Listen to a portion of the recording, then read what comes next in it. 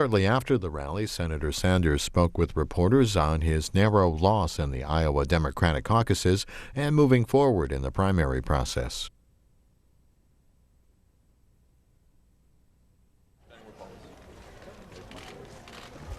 Good afternoon. Hi, how are you? Good. Let me just say a few words, if I might. As I go around this country, what I find is an issue that brings people together is the outrage of a corrupt campaign finance system. Just had a report that came out yesterday or the day before from the Wall Street Journal analyzing super PAC funding, and it turns out that Wall Street once again is pouring huge amounts of money into the political process. Now, it seems to me that at a time when we all know what Wall Street did to the economy of the United States of America, and now what we're seeing is them trying to protect themselves by spending huge amounts of money in super PACs and in other ways, it is very clear to me that we need real campaign finance reform, which overturns Citizens United and, in my view, moves to public funding of elections. And that will be a major, major issue that a Sanders administration will deal with. We cannot continue to have a handful of people in Wall Street, in the fossil fuel industry, in the drug companies, whose huge campaign contributions are determining what happens in Washington. I am extraordinarily proud and gratified that we have, up to this point in the campaign, received more individual campaign contributions than any campaign in the history of the United States of America, some 3.5 million individual campaign contributions, averaging $27 apiece. And that contrasts very much with all of my opponents on the Republican and Democratic side. Last night in Iowa, we made history. We started off in that state, depending on the poll, 40, 50, maybe 60 points behind. No money, no political organization, and no name recognition. And we fought Secretary Clinton to a virtual tie. And I don't even know yet, we have not even seen all of the breakdowns of the election results. And I'm extraordinarily proud of the 15,000 volunteers that we had on the ground who made that victory possible. I think the establishment in this country, the political establishment, the economic establishment is getting nervous. And what they are getting nervous about is that millions of people will now become engaged in what I call a political revolution, that voter turnout will go up, that working people will become engaged, young people will become engaged. And when that happens, we will not only win the general election, but we will create a government in Washington that works for all of us and not just wealthy campaign contributors.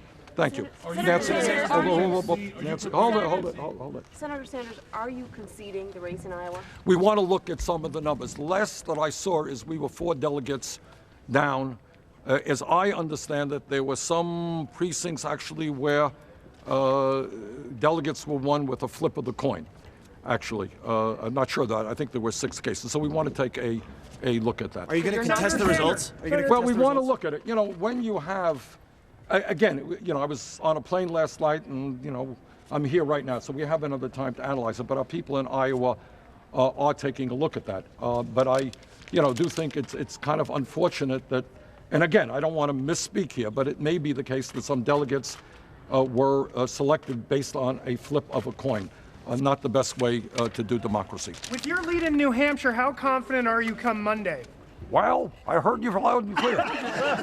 Now, look. Let's be very clear. Secretary Clinton ran here in 2008. Secretary Clinton won here in 2008. Secretary Clinton has a very formidable political organization, and as you know, has virtually the entire political establishment on her side. So, you know, we are taking nothing for granted. Trust me, we are not. We are going to work as hard as we can. We just did this wonderful meeting here in Keene. We'll be in Claremont later in the afternoon. We're going to be all over this state. So we are going to work with our volunteers to bring out as many people as possible. And we look forward to winning here, but we take nothing for granted. We have an additional debate. Senator, Hillary Clinton has called herself a progressive with a plan. Do you think Hillary Clinton is a progressive? Some days, yes, except when she announces that she is a proud moderate. And then I guess she is not a progressive. I think, frankly, it is very hard to be a real progressive and to take on the establishment in a way that I think has to be taken when you become as dependent as she has through her super PAC and in other ways on Wall Street or drug company money. Senator Sanders, you said people should read Bill Press's new book, Buyer's Remorse, that is a critique of Obama and that liberals should be looking for more in the next president. Well, did you read my blurb? Let me ask a question. Who do you think is the heir to Barack Obama in this race, you or Hillary Clinton? But the issue is well, that's that, my question. excuse Who do you me, think is the heir? Can I give you the answer? Yeah. Okay. What is disturbing to me is that the Republican Party, in an incredibly partisan way, simply denies the reality of where we were 7 years ago. Where we were 7 years ago is we were losing 800,000 jobs a month.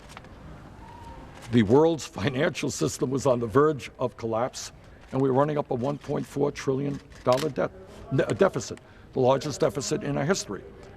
I believe that under Obama and Joe Biden, we have made huge progress. The economy is not anywhere near where I want it to be, but nobody who is any way objective will deny the fact that we have made real progress. And I think the president deserves credit for that. What I said in that blurb, if you read the blurb, is that I think the next president of the United States has got to be extraordinarily aggressive in bringing people into the political process. That's what I mean by a political revolution.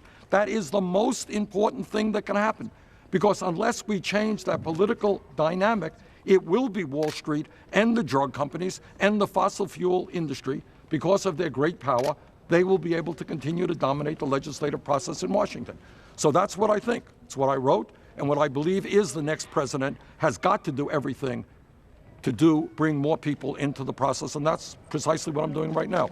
Yes. Can you give us an update on what the situation is with the debate later this week? Are you planning to attend? Yeah, let me tell you what it is, and thank you for asking that question.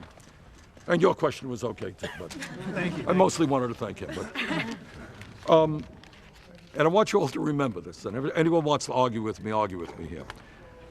The DNC decided that they wanted to do 6 debates.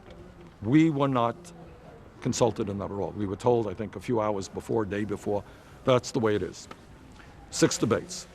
What I said from day one, along with Governor O'Malley, is I think we should have more debates.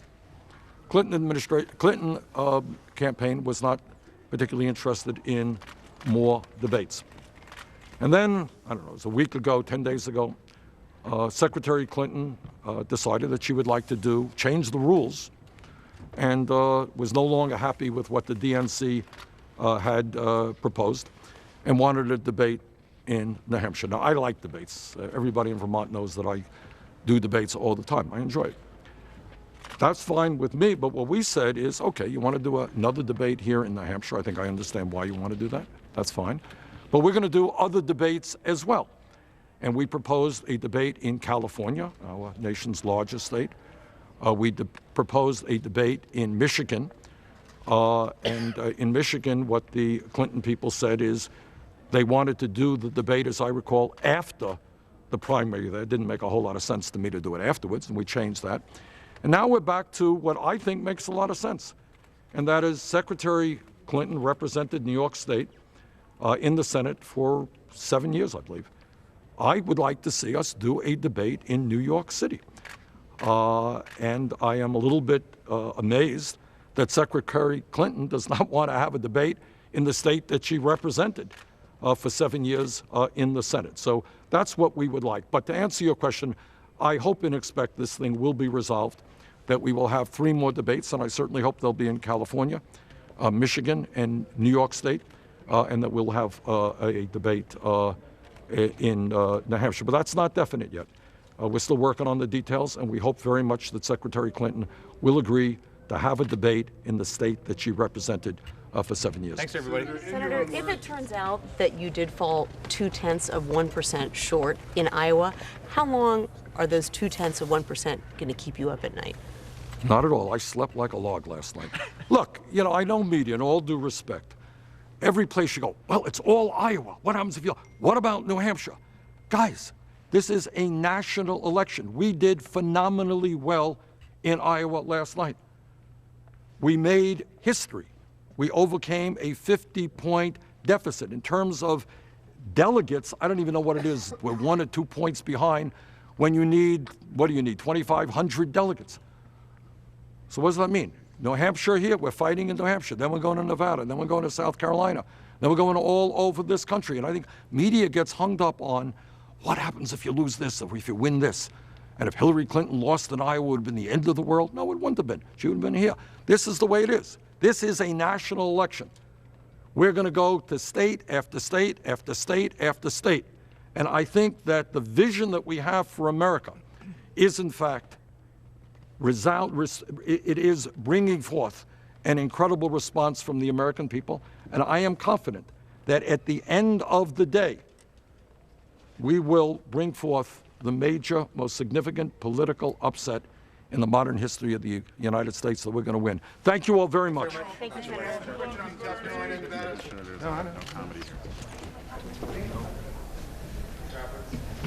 Please, all media,